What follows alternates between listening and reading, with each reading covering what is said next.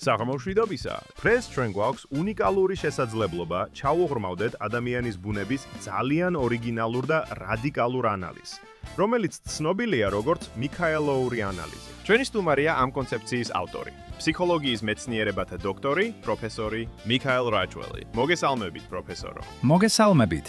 დიდი მადლობა მოწვევისთვის. თქვენი თეორია 4 ძირითად კომპონენტს ეყრდნობა.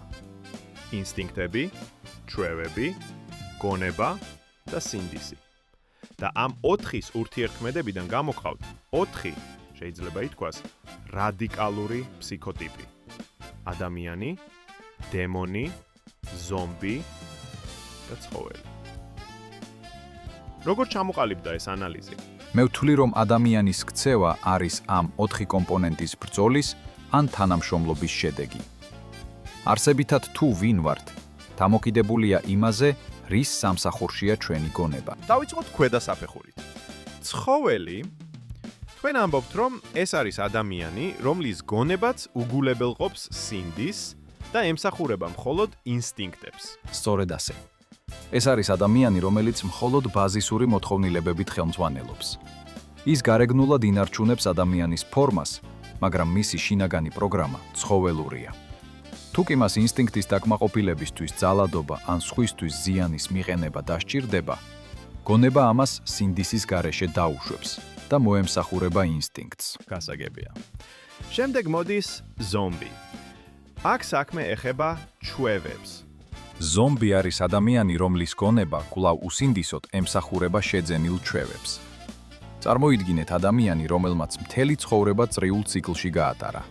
ერთი და იგივე რუტინა, ერთი და იგივე აზროვნების ფორმები.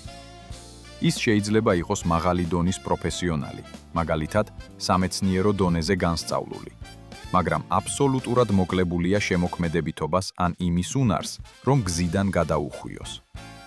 მისი გონება მექანიკურად იმეორებს ჩვევებს. ეს ძალიან საინტერესოა. შემდეგი ტიპი, დემონი, კი ყველაზე სახიფათო ჩანს. თქვენ ამბობთ, გონება უგულებელყოფს სინდისს, ცოდნით ხელმძღვანელობს ჩვევებს და ინსტინქტებს. დემონი არის, შეიძლება ითქვას, გონების ტრიუმფი სინდისის გარეშე. ეს არის ტიპი, რომელიც სრულად ფლობს თავის ინსტინქტებსა და ჩვევებს, მას აქვს ცოდნა, ნებისყოფა და ინტელექტი, მაგრამ ის ამ ყველაფერს იყენებს ამპარტავნულად, საკუთარ დომინირებაზე ორიენტირებულად.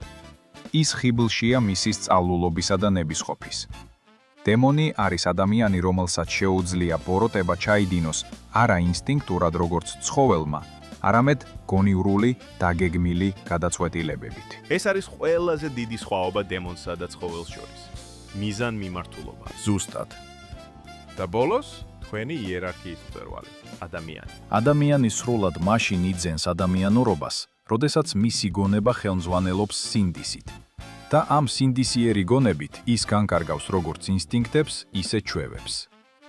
ეს არის ბალანსი, სადაც უმაღლესი ეთიკური საწყისი აკონტროლებს ბიოლოგიურსა და სოციალურად შეძენილს. პროფესორო, დიდი მადლობა, რომ გაგვიზიარეთ თქვენი ძალიან ორიგინალური ხედვები. მადლობა თქვენ. ვიმედოვნებ ეს მსმენელებს და აფიქრებს საკუთარი სინდისიერი გონების მსახურებაზე. კიდევ ერთხელ დიდი მადლობა და დროებით დაგემშვიდობებით. მეტი ასეთი ვიდეოსთვის გამოიწერეთ არხი და უყურეთ ანიმაციურ პოდკასტს.